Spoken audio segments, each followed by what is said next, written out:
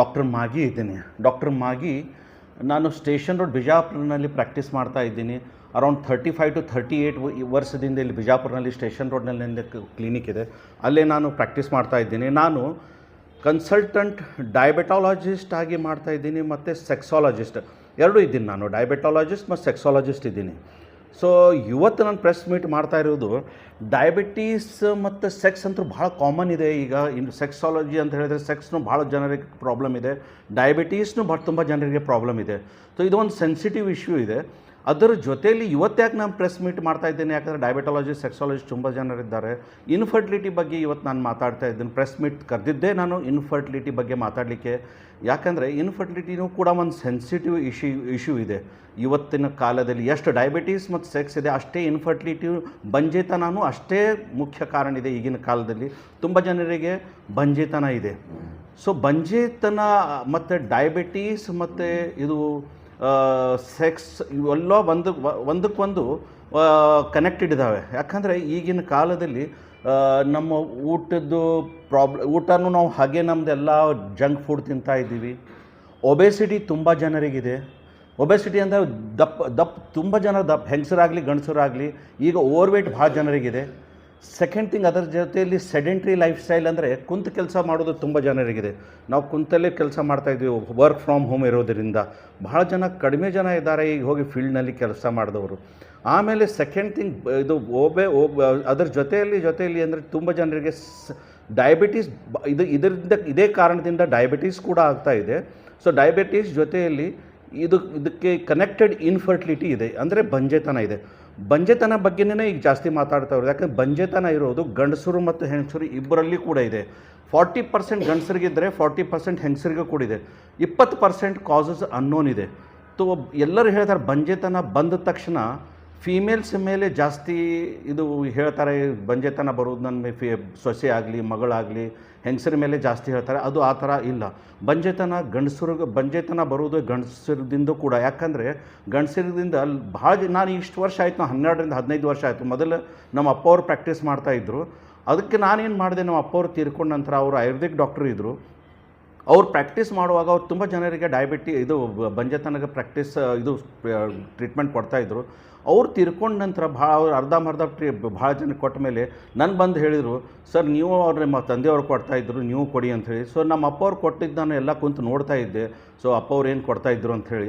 ಹಾಗಾಗಿ ಏನು ಮಾಡಿದೆ, ನನ್ನ ಪೇಷಂಟ್ ಒತ್ತಾಯ ಮಾಡೋದ್ರಿಂದ ನಾನು ಏನು ಮಾಡಿದೆ, ಅದು ಹೇಗಾದರೂ ನಾನು ಆಯುರ್ವೇದಿಕ್ ಟ್ರೀಟ್ಮೆಂಟ್ ಇತ್ತದು. ನಾನು ಅಪ್ಪ ಅವ್ರ ಜೊತೆಯಲ್ಲಿ ಇದ್ದು ನಾನು ತುಂಬ ದಿವಸ ಕಲ್ತಿದ್ದೆ. ಅದೇ ನಾನು ಒಂದು 12-15 ವರ್ಷದಿಂದ ಸ್ಟಾರ್ಟ್ ಮಾಡಿದೆ ಕೊಡೋದು. ಭಾಳ ಜನರಿಗೆ ರಿಸಲ್ಟು ತುಂಬ ಚೆನ್ನಾಗಿ ಬಂತು. ಅದರಿಂದ ಅರೌಂಡ್ 70% ನಾನೇನು ಮೆಡಿಕಲ್ ನಮ್ಮ ಅಪ್ಪ ಅವರು ಆಯುರ್ವೇದಿಕ್ ಔಷಧ ಕೊಡ್ತಾಯಿದ್ದೆ, 70% ಸಕ್ಸಸ್ ರೇಟ್ ಇದೆ. ಸೊ ಮೊನ್ನೆ ಕೂಡ ಒಂದು 4-5 ದಿವಸ ಕೂಡ ನನ್ನಲ್ಲಿ ಒಂದು ಪೇಷಂಟ್ ಬಂದಿತ್ತು, 7 ವರ್ಷದಿಂದ ಬಂಜೆತನ ಇತ್ತು. ಭಾಳ ಕಡೆ ತೋರಿಸಿದ್ರು, ಆಮೇಲೆ ನನ್ನ ಕಡೆ ಬಂದರು. ಅದ್ರ ಬಗ್ಗೆ ನಂದು ವೀಡಿಯೋನಲ್ಲಿ ಇದೆ, ನಂದು ಯೂಟ್ಯೂಬ್ ಚಾನೆಲ್ ಇದೆ, doctor Magi's infertility and diabetic clinic ಅಂತೇಳಿ. ಅದರಲ್ಲಿ ಅದರದ್ದು ಇಂಟರ್ವ್ಯೂನು ತೊಗೊಂಡಿದ್ದೀನಿ. ಅದ್ರ ಬಗ್ಗೆ ನಾನು ಪೇಪರ್ನು ಪ್ರೆಸೆಂಟ್ ಮಾಡಿದ್ದೀನಿ, ಹೇಗೆ ಅದು ಪಾಸಿಟಿವ್. ಅದು ಒಂದೇ ಇಲ್ಲ, ನನ್ನ 12 ವರ್ಷದಿಂದ ಎಷ್ಟು ಜನರಿಗೆ ಪಾಸಿಟಿವ್ ಬಂದಿದೆ, ಒಬ್ಬೊಬ್ಬರಿಗೂ 14ರಿಂದ 15 ವರ್ಷದಿಂದ ಪಾಸಿಟಿವ್ ಬಂದು. ಸೊ ನಾನು ಅದಕ್ಕೆ ಈಗ ಬಂಜೆತನ ಬಗ್ಗೆ ಯಾಕೆ ಮಾತಾಡ್ತಾ ಇದ್ದೆ, ಯಾಕಂದರೆ ಭಾಳ ತುಂಬ ಸೆನ್ಸಿಟಿವ್ ಇಶ್ಯೂ ಇದೆ ಇದು ನನ್ನ. ಏಕೆಂದರೆ ಯಾರಾದರೂ IVF ಮತ್ತು IVI ತುಂಬ ಕಾಸ್ಟ್ಲಿ ಟ್ರೀಟ್ಮೆಂಟ್ ಇದೆ. ಅದಕ್ಕೆ ಹೋಗೋಕ್ಕಿಂತ ಮುಂಚಿತವಾಗಿ ನೀವು ಡಾಕ್ಟರ್ ಮಾಗಿಯವರಿಗೆ ಫೋನ್ ಮುಖಾಂತರ ನನ್ನ ಮೊಬೈಲ್ ನಂಬರ್ ಕೂಡ ನಮಗೆ ಡಿಸ್ಪ್ಲೇ ಮಾಡ್ತಾರೆ ಅವರು ನನ್ನ ಸ್ಕ್ರೀನ್ ಮೇಲೆ. ಆ ಮೊಬೈಲ್ ಮೇಲೆ ನನಗೆ ಕಾಂಟ್ಯಾಕ್ಟ್ ಮಾಡಿದರೆ ನಾನು ನಿಮಗೆ ಅದು ಸಜೆಷನ್ನೂ ಕೊಡ್ತೀನಿ. ಎಲ್ಲೇ ತೋರಿಸ್ತಾ ಇದ್ದೀರಿ ಎಲ್ಲ ಡಾಕ್ಟ್ರಿಗೆ ತೋರಿಸಿ ನೀವು. ಎಲ್ಲ ಟ್ರೀಟ್ಮೆಂಟ್ ಆದ ತಕ್ಷಣ ನಿಮ್ಗೆ ಏನಾದರೂ ನನ್ನ ಸಜೆಷನ್ ಬೇಕಾದರೆ, ನನ್ನ ಟ್ರೀಟ್ಮೆಂಟ್ ಬೇಕಾದರೆ ನಾನು ಇರ್ತೀನಿ ಡಾಕ್ಟರ್ ಮಾಗಿ ಅಂತ. IVI ಮತ್ತು IVF ಎಲ್ಲರ ಕೈಲಿ ಆಗೋದು, ದುಡ್ಡು ಅಷ್ಟು ಖರ್ಚು ಮಾಡೋದು ಆಗೋದಿಲ್ಲ. ಸೊ ನನ್ನ ಟ್ರೀಟ್ಮೆಂಟಿಂದ ಅಷ್ಟು ಜಾಸ್ತಿ ಖರ್ಚು ಬರೋದಿಲ್ಲ. ಸೊ ಇನ್ ಕೇಸ್ ನಿಮ್ಗೆ ಇಲ್ಲೇನೂ ಆಗಲಿಲ್ಲ ಅಂದರೆ ನೀವು ಮುಂಚೆ ಅದು ಮುಂದಿನ ಟ್ರೀಟ್ಮೆಂಟ್ ಕೂಡ ವಿಚಾರ ಮಾಡಬಹುದು.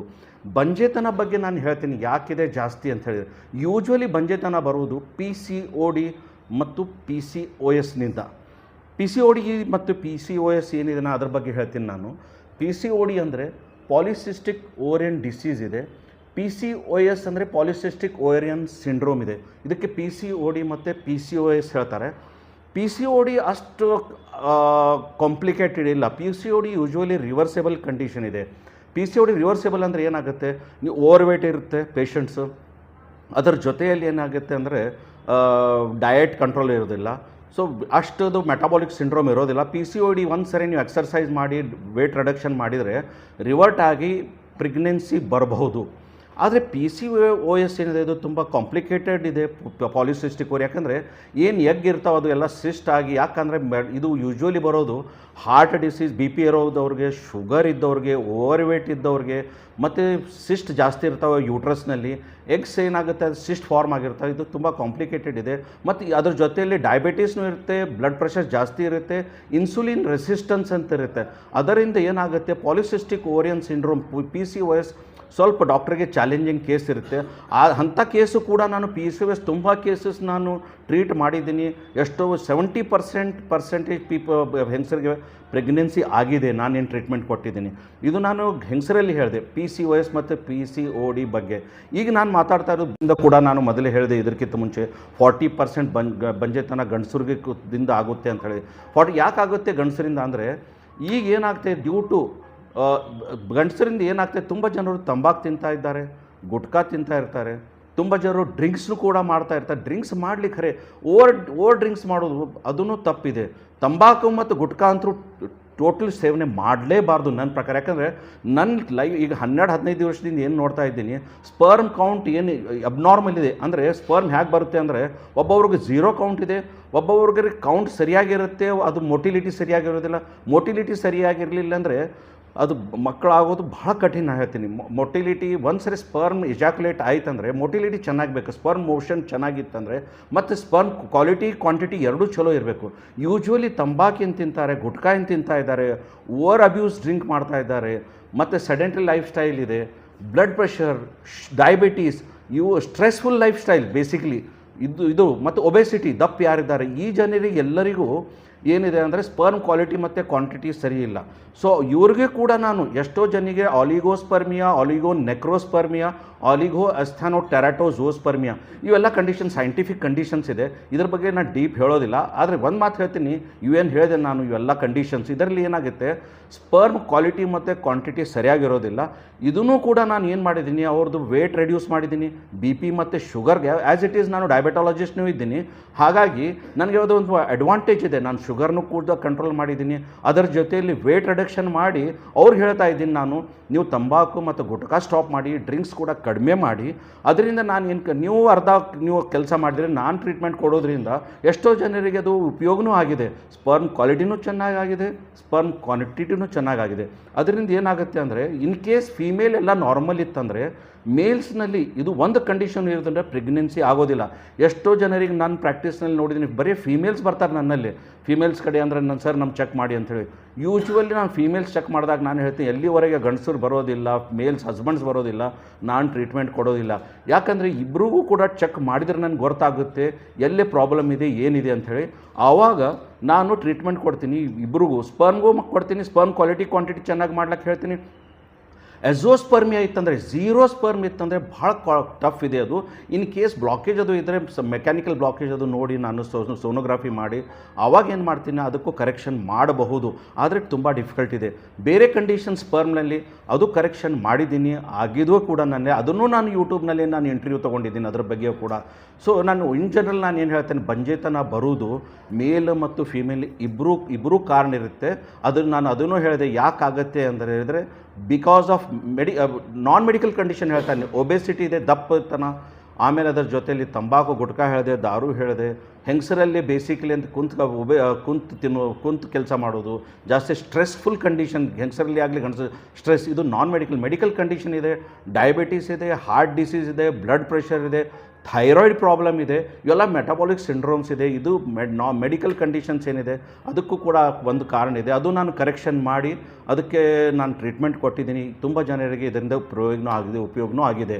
ಸೊ ನನ್ನ ಫ್ರೆಂಡ್ಸ್ಗೆಲ್ಲ ಕೇಳ್ತಾ ಇದ್ದೀನಿ. ಹಾಂ, ಅದೇ ರೈಟ್. ನಾನು ನಂಬರ್ ಕ್ಯಾಲ್ಕುಲೇಷನ್ ಮಾಡಿಲ್ಲ. ಈಗ ಫಾರ್ ಎಕ್ಸಾಂಪಲ್ ನಾನು 100 ಜನರಿಗೆ ಏನು ಟ್ರೀಟ್ಮೆಂಟ್ ಕೊಟ್ಟಿದ್ದೀನಿ ಅಂತ ತಿಳ್ಕೊಳ್ಳಿ, 60 to 70% ಜನರಿಗೆ ಮಕ್ಕಳು ಆಗಿದೆ. ಯಾಕಂದರೆ 60-70% ಯಾಕಾಗಿದೆ ಅಂತ ಹೇಳಿದ್ರೆ ನಾನು ಬರೀ ಔಷಧ ಕೊಡ್ತೀನಿ. ಮುಂದೆ ಫೀಮೇಲ್ ಗಂಡ ಹೆಂಡ್ತಿದ್ದು ಭಾಳ ಇಂಪಾರ್ಟೆಂಟ್ ರೋಲ್ ಇದೆ. ಅವ್ರು ಹೇಗಿರ್ತಾರೆ, ಅವ್ರ ಲೈಫ್ ಸ್ಟೈಲ್ ಹೇಗಿದೆ, ಅವ್ರು ಎಷ್ಟು, ನಾನು ಹೇಳ್ತೀನಿ ಅವಾಗ ಎಷ್ಟು ದಿವಸ ಕೂಡಿರಬೇಕು. ಸೊ ಅದ್ರ ಮೇಲೇನೂ ಡಿಪೆಂಡ್ ಆಗುತ್ತೆ. ಬರೀ ಡಾಕ್ಟರ್ ಅಷ್ಟೇ ಇಲ್ಲ, ನಾಟ್ ಓನ್ಲಿ ಇನ್ ಇನ್ಫರ್ಟಿಲಿಟಿ, ಡಯಾಬಿಟೀಸ್ನೂ ಕೂಡ ಹಾಗೇ ಇದೆ. ಡಯಾಬಿಟೀಸ್ನೂ ಕೂಡ ನಾನು ಟ್ರೀಟ್ಮೆಂಟ್ ಕೊಡ್ತೀನಿ, ಡಯಾಬಿಟೀಸ್ ಕೊಟ್ಟು ಅವ್ರು ಹೋಗಿ ಹೊರಗಡೆ ಶುಗರ್ ತಿಂದರು, ಅದು ಜ್ಯೂಸ್ ಕುಡಿದ್ರು, ಅವಾಗ ಶುಗರ್ ಕಂಟ್ರೋಲ್. ಇದು ಎರಡೂ ಬಂಜೆತನ ಮತ್ತು ಶುಗರ್ನೂ ಹಾಗೇ ಇದೆ. ಇಬ್ಬರು ಕೂಡಿಸಿ ಡಾಕ್ಟರ್ ಮತ್ತು ಪೇಷಂಟ್ ಕೂಡಿಸಿ ಕೈಯಲ್ಲಿ ಕೈ ಕೂಡಿಸಿದ್ರೆ ಮಾತ್ರ ಇದಕ್ಕೆ ರಿಸಲ್ಟ್ ಬರುತ್ತೆ. ಹಾಂ, ಕರೆಕ್ಟ್, ವೆರಿ ಗುಡ್, ಭಾಳ ಚೆನ್ನಾಗಿ ಕೇಳಿಸು. ಏಜ್ ಅಂತ ಕೇಳಿದ್ರಿ ನೀವು. ಏಜ್ ನೋಡಿ, ಆಫ್ಟರ್ ಒಂದು ಸರಿ MC ಸ್ಟಾರ್ಟ್ ಆಯಿತು, ಯಂಗ್ ಫೀಮೇಲ್ಸ್, ಮ್ಯಾಚ್ಯೂರ್ ಫೀಮೇಲ್ಸ್ ಹಿಡ್ಕೊಂಡು ಎಲ್ಲಿವರೆಗೆ ಮಿನೋಪಾಸ್ ಅಂದರೆ MC ಬಂದ್ ಆಗೋದಿಲ್ಲ ಅಲ್ಲಿವರೆಗೆ ನಾವು ಟ್ರೀಟ್ಮೆಂಟ್ ಕೊಟ್ಟರೆ ಇದಕ್ಕೆ ರಿಸಲ್ಟ್ ಚೆನ್ನಾಗಿರುತ್ತೆ. ಒಂದು ಸರಿ ಪೀರಿಯಡ್ ಬಂದಾಯಿತು, ಮಿನೋಪಾಸ್ ಬಂತಂದರೆ ಎಗ್ ಲಿಬರೇಟ್ ಆಗೋಲ್ಲ ಫೀಮೇಲ್ಸ್ನಲ್ಲಿ. ಅದರಿಂದ ಏನಾಗುತ್ತೆ, ಇನ್ಫರ್ಟಿಲಿಟಿ ಕರೆಕ್ಷನ್ ಆಗೋದೇ ಇಲ್ಲ. ಸೊ ಇದು ಮಿನೋಪಾಸ್ ಆಗೋಕ್ಕಿಂತ ಮುಂಚಿತವಾಗಿ ಒಬ್ಬೊಬ್ಬರಿಗೆ ಮಿನೋಪಾಸ್ 38ನಲ್ಲಿ ಆಗುತ್ತೆ, 44, 45ನಲ್ಲಿ ಆಗುತ್ತೆ. ಸೊ ಫಾರ್ ಎಕ್ಸಾಂಪಲ್ 40 ಅಂತ ಹೇಳಿರಿ. ಸೊ ಅರೌಂಡ್ 18ದಿಂದ 40, 18, 20ದಿಂದ 40 ಏಜ್ವರೆಗೆ ನಾನೇನು ಟ್ರೀಟ್ಮೆಂಟ್ ಕೊಡ್ತಾ ಇದ್ದೀನಿ. ಭಾಳ ಜನ 15, 18 ಇಯರ್ಸ್ ಕೂಡ ನಾನು ಕೊಟ್ಟಿದ್ದ ಟ್ರೀಟ್ಮೆಂಟಿನಿಂದ ಪಾಸಿಟಿವ್ನು ಬಂದಿದೆ. ಅದು ಯೂಟ್ಯೂಬ್ನಲ್ಲಿ ಇದೆ ನಂದು ಅದರ ಇಂಟರ್ವ್ಯೂ. Very good. ನಾನಿರೋದು ಡಯಾಬೆಟಾಲಜಿಸ್ಟ್ ಮತ್ತು ಸೆಕ್ಸಾಲಜಿಸ್ಟ್. ಡಯಾಬಿಟೀಸ್ ನಾನು ಎಲ್ಲರೇನು ಡಯಾಬಿಟೀಸ್ ಎಲ್ಲ ಡಾಕ್ಟ್ರೂ ಮಾಡ್ತಾ ಇದ್ದಾರೆ. ನಾನು ಒಂದು ಎಲ್ಲರಿಗೆ ಹೇಳ್ತೀನಿ, ಡಯಾಬಿಟೀಸ್ ಅನ್ಕಂಟ್ರೋಲ್ಡ್ ಡಯಾಬಿಟೀಸ್ ಯಾರಿಗೆ ಕಂಟ್ರೋಲ್ ಆಗಿದ್ದಿಲ್ಲ ಅದು ಟ್ರೀಟ್ಮೆಂಟ್ ಮಾಡ್ತಾಯಿದ್ದೆ. ಅದ್ರ ಜೊತೆಯಲ್ಲಿ ಅಂಗಾಲೂರ್ಪಿ ಯಾರಿಗಿದೆ ಅದನ್ನು ಮಾಡ್ತಾಯಿದ್ದೀನಿ. ಮತ್ತು ನಾನು ಸೆಕ್ಸಾಲಜಿಸ್ಟ್ನೂ ಇದ್ದೀನಿ, ಸೆಕ್ಸಾಲಜಿ ಡಿಪ್ಲೊಮಾನಿ ಕೂಡ ಮಾಡಿದ್ದೀನಿ. ಸೊ ಅದು ಇರೋದ್ರಿಂದ ನೀವೇನು ಕೇಳ್ತಾ ಇದ್ದೀರಿ, ಇದು ಹೆಂಗೆ ಇನ್ಫರ್ಟಿಲಿಟಿ ಬಗ್ಗೆ ಬಂಜೆತನ. ನಮ್ಮ ತಂದೆಯವರು ಆಯುರ್ವೇದಿಕ್ ಡಾಕ್ಟರ್ ಇದ್ದರು. ಸೊ ಒಂದೇನೋ ಕಾರಣದಿಂದ ಅವ್ರ ಪಕ್ಕದಲ್ಲಿ ನಾನು ಕುಂದಿರ್ತಿದ್ದೆ, ಅವ್ರ ಜೊತೆಯಲ್ಲೇ ನಾನು ಯಂಗ್ ಡಾಕ್ಟ್ರಾಗಿ ಬಂದೆ, ಅವ್ರ ಜೊತೆಯಲ್ಲಿ ಪ್ರಾಕ್ಟೀಸ್ ಯಾಕೆ ಆಯುರ್ವೇದಿಕ್ ಡಾಕ್ಟರ್ ಇರೋದ್ರಿಂದ ನನಗೂ ಏನೋ ಒಂದು ಇದು ಇತ್ತು, ಅದು ಕಲಿಬೇಕಪ್ಪ ಇದನ್ನು ಅಂಥೇಳಿ. ಹಾಗಾಗಿ ನಮ್ಮ ತಂದೆಯವ್ರ ಜೊತೆಯಲ್ಲಿ ಕುಂತು ನಾನೇನು ಆಯುರ್ವೇದಿಕ್ ಡಾಕ್ಟ್ರೆಲ್ಲ ಏನು ಪಂಡಿತನಲ್ಲ, ನಾನು ಜಸ್ಟ್ ಅವ್ರು ಏನು ಕೊಡ್ತಾಯಿದ್ರು ಅದೇ ಕೊಟ್ಟು ಒಂದು ಏನೋ ಸೊಸೈಟಿಗೆ ಅದು ಚಲೋ ಕೆಲಸ ಆಗ್ತಾಯಿದೆ ನನ್ನಿಂದ ಅಂಥೇಳಿ ನಾನು ಮಾಡ್ತಾಯಿದ್ದೀನಿ. ಇದು ಅಷ್ಟೇ. ಆಯುರ್ವೇದಿಕ್ ಮತ್ತು IVF ಟ್ರೀಟ್ಮೆಂಟ್ ಕಂಪೇರ್ ಮಾಡಿದರೆ IVF ಹೇಳ್ತಾರೆ ಎಷ್ಟು ಕಾಸ್ಟ್ ಹೋಗುತ್ತೆ, ಅವರು ಅದ್ರ ಮೇಲೆ ಡಿಪೆಂಡ್. ಒಂದು ಸಿಟ್ಟಿಂಗ್ನಲ್ಲಿ 1 ಲಕ್ಷ 1.5 ಲಕ್ಷನೂ ಆಗ್ಬೋದು, ಅವ್ರದ್ದು 2 ಲಕ್ಷನೂ ಆಗ್ಬೋದು. ಅವ್ರ ರೇಟ್ಸ್ ಅವ್ರ ಜೊತೆಲಿ, ಯಾಕೆಂದರೆ ಡಿಫ್ರೆಂಟ್ ರೀಸನ್ಸ್ ಇದೆ ಅವ್ರು ಮಾಡೋದು. ಅದಕ್ಕೆ ನನಗೇನು ಗೊತ್ತಿಲ್ಲ ಅವ್ರದ್ದು ಏನಿದೆ. ನಂದು ಟ್ರೀಟ್ಮೆಂಟ್ ನಾನು ನಿಮ್ಗೆ ಹೇಳ್ತೀನಿ. ಈಗ ಮೊನ್ನೆ ಆಗೋದು ಒಂದು ಫೀಮೇಲ್ 7 ವರ್ಷ ತೋರಿಸಿದ್ಲು. ಸೊ ಒಂದು ಎಕ್ಸಾಂಪಲ್ ಕೊಡ್ತಾ ಇದ್ದೀನಿ. 7 ವರ್ಷ ತೋರಿಸಿದ್ರು, ಅವ್ರು ಎಷ್ಟು ಖರ್ಚು ಮಾಡಿದ್ರು ಗೊತ್ತಿಲ್ಲ.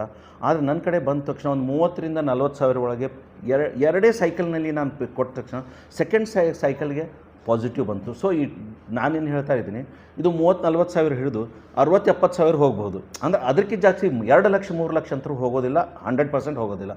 ಸೊ ಮಿನಿಮಮ್ ಒಂದು ಸರಿ ಬಂದರೆ 20-30,000ದಾಗೂ ಆಗ್ಬೋದು ಅದು. ಯಾಕಂದರೆ ಕಾಸ್ಟ್ ಆಫ್ ಇನ್ಫರ್ಟಿಲಿಟಿ, ಇದಕ್ಕೆ ಡ್ರಗ್ಸ್ ಕಾಸ್ಟ್ಲಿ ತುಂಬ ಇದೆ. ನಾನೇನು ಹೊರಗಿನ ಬರೀತಾ ಇದ್ದೀನಿ. ಸೊ ಅದರಿಂದ ಆ ಕಾಸ್ಟ್ ಜಾಸ್ತಿ, ಅಷ್ಟೇ 20-30,000 ಹೊರಗಿನ ಮೆಡಿಕಲ್ ಸ್ಟೋರ್ಗೆ ಅದು ಬರೀತಾ ಇದ್ದೀವಿ. ಹಾಗಾಗಿ ಅಷ್ಟೇ ಬರ್ತಾ ಇದೆ ವಿನ ಅದಕ್ಕಿಂತ ಜಾಸ್ತಿ ಬರೋದಿಲ್ಲ. ಯಾಕಂದರೆ ಆ ಟ್ರೀಟ್ಮೆಂಟ್ ಆಯುರ್ವೇದಿಕ್ ಇರೋದ್ರಿಂದ ಲಕ್ಷಾನುಗಟ್ಟಲೆ ಏನು ಹೋಗೋದಿಲ್ಲ. ಹಾಂ, ಈಗ ಆಯುರ್ವೇದಿಕ್ನಲ್ಲಿಯೂ ಕೂಡ ನಾನೇನು ಟ್ರೀಟ್ಮೆಂಟ್ ಕೊಡ್ತಾ ಇದ್ದೀನಿ, ಪೀರಿಯಡ್ನಲ್ಲಿ MC ಆದಾಗ ಮಾತ್ರ ಅದು 3 ದಿವಸ ಅಷ್ಟೇ ಕೊಡ್ತೀನಿ ನಾನು, ನಮ್ಮ ತಂದೆಯವ್ರ ಔಷಧ. ಆಮೇಲೆ ಆಫ್ಟರ್ ದ್ಯಾಟ್ ಒಂದು 10 to 15 days ಮೆಡಿಕಲ್ನಲ್ಲಿ ಏನು ಅಲೋಪತಿ ಡ್ರಗ್ಸ್ ಅದು ಕೊಡ್ತೀನಿ. ಯಾಕಂದರೆ ಹಾರ್ಮೋನ್ ಕರೆಕ್ಷನ್ ಮಾಡಲಿಕ್ಕೆ ಕೊಡ್ತೀವಿ. ಯಾಕಂದರೆ ಪೀರಿಯಡ್ ಇರ್ರೆಗ್ಯುಲರ್ ಇದ್ದಾಗ ರೆಗ್ಯುಲರ್ ಮಾಡಲಿಕ್ಕೆ ನಾನು ಅಲೋಪತಿ ಯೂಸ್ ಮಾಡಲೇಬೇಕು. ಸೊ ಅಲೋಪತಿ ಯೂಸ್ ಮಾಡ್ತೀನಿ. ಆಮೇಲೆ ಯಾವಾಗ ಪೀರಿಯಡ್ ಬರುತ್ತೆ, ಹಾರ್ಮೋನ್ಸ್ ಕರೆಕ್ಷನ್ ಮಾಡಿ ಎಗ್ ಲಿಬ್ರೇಟ್ ಮಾಡ್ಲಿಕ್ಕೆ ನಮ್ಮ ತಂದೆಯವ್ರ ಔಷಧ ಕೊಡ್ತೀನಿ ನಾನು, ಅದು 3 ದಿವಸ. ಸೊ ಅದರಿಂದ ತುಂಬ ಜನರಿಗೆ ಪ್ರಯೋಜನ ಆಗ್ತಾಯಿದೆ, ಫರ್ಟಿಲಿಟಿನೂ ಆಗ್ತಾಯಿದೆ, ಅಂದರೆ ಪ್ರೆಗ್ನೆಂಟ್ ಆಗ್ತಾಯಿದ್ದಾರೆ ಅದರಿಂದ. ಸೊ ಅಷ್ಟು ಕಾಸ್ಟ್ಲಿ ಏನು ಆಗೋದಿಲ್ಲ. ಯಾಕಂದರೆ ಬಂಜೆತನ ಒಂದು ಇಷ್ಟು ಸೆನ್ಸಿಟಿವ್ ಇಶ್ಯೂ ಇದೆ, ಲಕ್ಷಾನುಗಟ್ಟಲೆ ಮಂದಿ ಖರ್ಚು ಮಾಡೋಗಿರ್ತಾರೆ.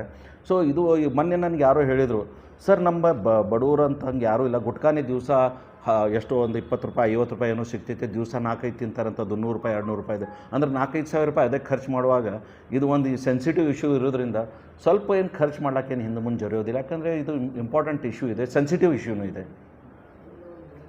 ಹೈಪೋಗ್ಲೈಸಿಮಿಯಾ ಅಂತ ಹೇಳ್ತಾ ಇದು. ಹೈಪೋಗ್ಲೈಸಿಮಿಕ್ ಕಂಡೀಷನ್ ನಾನು ಹೇಳ್ತೀನಿ, reason for sugar level low ಇರಲಿಕ್ಕೆ. ಅಂದರೆ ನೀವು ಡಯಾಬಿಟೀಸ್ ಇದ್ದಾಗ ಟ್ಯಾಬ್ಲೆಟ್ಸ್ ಅಥವಾ ಇಂಜೆಕ್ಷನ್ ತೊಗೋತಾ ಇರ್ತೀರಿ, ಅವಾಗ ಅದು ಶುಗರ್ ಲೆವೆಲ್, ಯಾಕಂದರೆ ಡೋಸ್ ಹೆಚ್ಚಾಗುತ್ತೆ, ಹೆಚ್ಚಾಗೋದ್ರಿಂದ ಶುಗರ್ ಲೆವೆಲ್ ಲೋ ಆಗುತ್ತೆ. ಇನ್ ಕೇಸ್ ನಾನ್ ಡಯಾಬಿಟಿಕ್ ಇದ್ದಾರೆ, ಶುಗರ್ ಲೆವೆಲ್ ಡೌನ್ ಆಗ್ತಾ ಇದ್ದಾರೆ, ಹೈಪೋಗ್ಲೈಸಿಮಿಕ್ ಇದ್ದಾರೆ ಅಂದರೆ ಸರಿಯಾಗಿ ಊಟ ಮಾಡೋದಿಲ್ಲ, ರೆಗ್ಯುಲರ್ ಟೈಮಿಗೆ ಊಟ ಮಾಡೋದಿಲ್ಲ. ಯಾಕಂದರೆ ಒಂದು ಬಾಡಿಯಲ್ಲಿ ಇನ್ಸುಲಿನ್ ಲಿಬರೇಟ್ ಆಗುತ್ತೈತೆ. ಸೊ ಜಸ್ಟ್ ನೀವು ಊಟ ಮಾಡಲಿಲ್ಲ ಆ ಟೈಮ್ ಸರಿ, ಅವಾಗೇನಾಗುತ್ತೆ, ಇನ್ಸುಲಿನ್ ಜಾಸ್ತಿ ಲಿಬರೇಟ್ ಆಗಿ ಶುಗರ್ ಲೆವೆಲ್ ಡೌನ್ ಆಗಿಬಿಡುತ್ತೆ. ಸೊ ಅವಾಗೇನಾಗುತ್ತೆ, ಲಿಥಾರ್ಜಿ, ವೀಕ್ನೆಸ್ ಬರೋದು, ಚಕ್ರ ಬರೋದು, ಅಶಕ್ತನ ಆಗೋದು. ಸೊ ಅದು ಶುಗರ್ ಲೆವೆಲ್ ನಾನ್ ಡಯಾಬಿಟಿಕ್ನಲ್ಲಿ ಬರೋದು. ಯಾಕಂದರೆ ಅಸಿಡಿಟಿಯಿಂದ, ಗ್ಯಾಸ್ಟ್ರೈಟಿಸಿಂದ ಸರಿಯಾಗಿ ಟೈಮ್ ಸರಿ ಊಟ ಮಾಡಲಿಲ್ಲ ಅಂದರೆ ಆಗುತ್ತೆ. ಡಯಾಬಿಟಿಕ್ನಲ್ಲಿ ಯಾಕಂದರೆ ಡೋಸ್ ಹೆಚ್ಚಾಗಿ, ಸೊ ಗುಳಿಗೆ ತೊಗೋತಾರೆ, ಆವಾಗ ಟೈಮ್ ಸರಿ ಊಟ ಮಾಡೋದಿಲ್ಲ, ಅಥವಾ ಇನ್ಸುಲಿನ್ ತೊಗೋತಾರೆ, ಊಟ ಮಾಡೋದಿಲ್ಲ, ಆವಾಗ ಹೈಪೋಗ್ಲೈಸಿಮಿಯಾ. ಸೊ ಎರಡು ಡಯಾಬಿಟಿಕ್ ಕಂಡೀಷನ್ ಬೇರೆ ಇದೆ, ನಾನ್ ಡಯಾಬಿಟಿಕ್ ಕಂಡೀಷನ್ ಬೇರೆ ಇದೆ ಎರಡಕ್ಕೂ. ಆದರೆ ನಾನು ನಾನ್ ಡಯಾಬಿಟಿಕ್ ಮಂದಿಗೆ ಹೇಳ್ತೀನಿ, ರೆಗ್ಯುಲರ್ ಟೈಮಿಗೆ ಊಟ ಮಾಡಿ. ಮತ್ತು ಇನ್ನೊಂದು ಹೇಳ್ತೀನಿ, ಈಗಿನ ಕಾಲದಲ್ಲಿ ಯಂಗ್ ಹುಡುಗರಲ್ಲಿ ನೋಡ್ತೀನಿ, ಊಟ ಟೈಮ್ ಸರಿ ಮಾಡೋದಿಲ್ಲ, ಆದರೆ ಟೈಮ್ ಸರಿ ಗುಟ್ಕಾ ತಿಂತಾ ಇದ್ದಾರೆ, ಸೊ ಚಹಾ ಕುಡಿತಾ ಇದ್ದಾರೆ. ಅದರಿಂದ ಸೊ ಶುಗರ್ ಲೆವೆಲ್ ಡೌನ್ ಆಗಿ ಹೈಪೋಗ್ಲೈಸಿಮಿಕ್ ಕಂಡೀಷನ್ಸ್ ಜಾಸ್ತಿ ಇರುತ್ತೆ. ಸೊ ಬೇರೆ ಬೇರೆ ಕಂಡೀಷನ್ ನಾನ್ ಡಯಾಬಿಟಿಕ್ನಲ್ಲಿ ಅಂತೂ ಇನ್ಸುಲಿನ್ ಮತ್ತು ಟ್ಯಾಬ್ಲೆಟ್ಸ್ ಯಾರು ತೊಗೊಂಡು ರೆಗ್ಯುಲರ್ ಚೆಕಪ್ ಮಾಡಿ ಟ್ಯಾಬ್ಲೆಟ್ ಇಂಜೆಕ್ಷನ್ ತೊಗೊಂಡ್ರೆ, ಸರಿಯಾಗಿ ಊಟ ಮಾಡಿದರೆ ಆಗೋದಿಲ್ಲ ಯೂಶ್ವಲಿ.